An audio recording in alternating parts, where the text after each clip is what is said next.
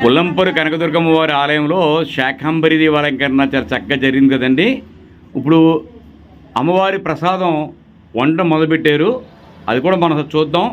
ఎంతమంది వర్క్ చేస్తున్నారు ఏంటన్నది, ఎంతమంది సేవలో పాల్గొన్నది చూద్దాం.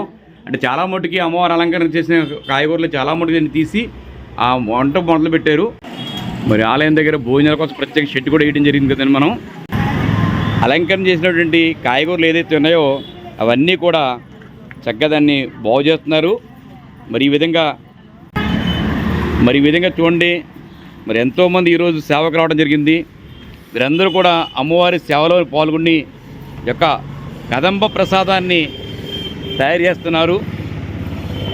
సుమారుగా 100 కేజీల కాయగూరలు ఇందులో వినియోగిస్తారు.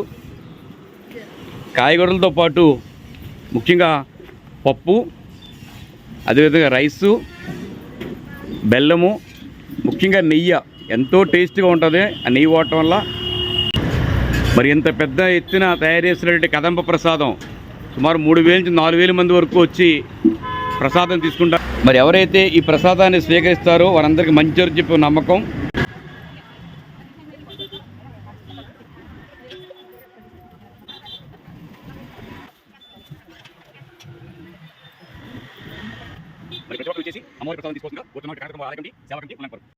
ఉల్లంపూరి కనకదుర్గమ్మ వారి ఆలయం దగ్గర శాకంబరి దేవి ప్రసాదం తీసుకోవడానికి పెద్ద ఎత్తున భక్తులు మరి రోడ్డు మీద వెళ్తున్న పాఠశాలలు పెద్ద ఎత్తున అవుతున్నారు.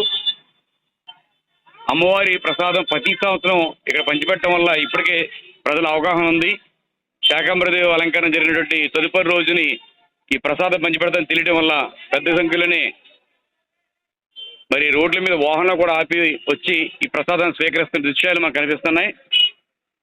ఉల్లంపూరి కనకదుర్గమ్మ వారి ఆలయం అంటే ఒక భక్తి శ్రద్ధలకు ఒక ప్రత్యేకమైన పేరుగాంచింది. ఇక్కడ కమిటీ, సేవా కమిటీ వారు కావచ్చు, ఆలయ కమిటీ వారు కావచ్చు, అనేక మంది వచ్చి ఈ కార్యక్రమంలో పాల్గొంటారు.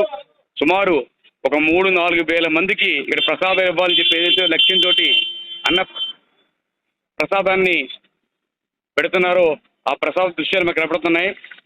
మరి చాలా దూరం బారులు తీరు కూడా వాహనాలు ఆగుతుంటాయి. ఇది శాకంబరి దేవి అలంకరణకు సంబంధించిన ప్రసాదం. సంవత్సరం ఒకే ఒకసారి ఈ అలంకరణ ప్రసాదం పెడతా ఉంటారు. ఇది తీసుకున్న వాళ్ళకి ఏ విధమైనటువంటి లోటు ఉండదని చెప్పేసి కాబట్టి అందుకే పెద్ద ఎత్తున ప్రసాదం తీసుకోవడానికి వస్తూ ఉంటారు. మరి ప్రసాదం కూడా చాలా రుచికరంగా ఉంటుంది ప్రసాదం. ఎందుకంటే దీంట్లో 100 కేజీల వరకు కూడా కాయగూరలు వేయటమే ఈ యొక్క ప్రసాదం యొక్క అంత రుచిగా ఉండటం కారణం. పైగా నెయ్యి, పప్పు లాంటివి కూడా దీంట్లో ప్రత్యేక సంఖ్యలో ఉపయోగిస్తూ ఉంటారు.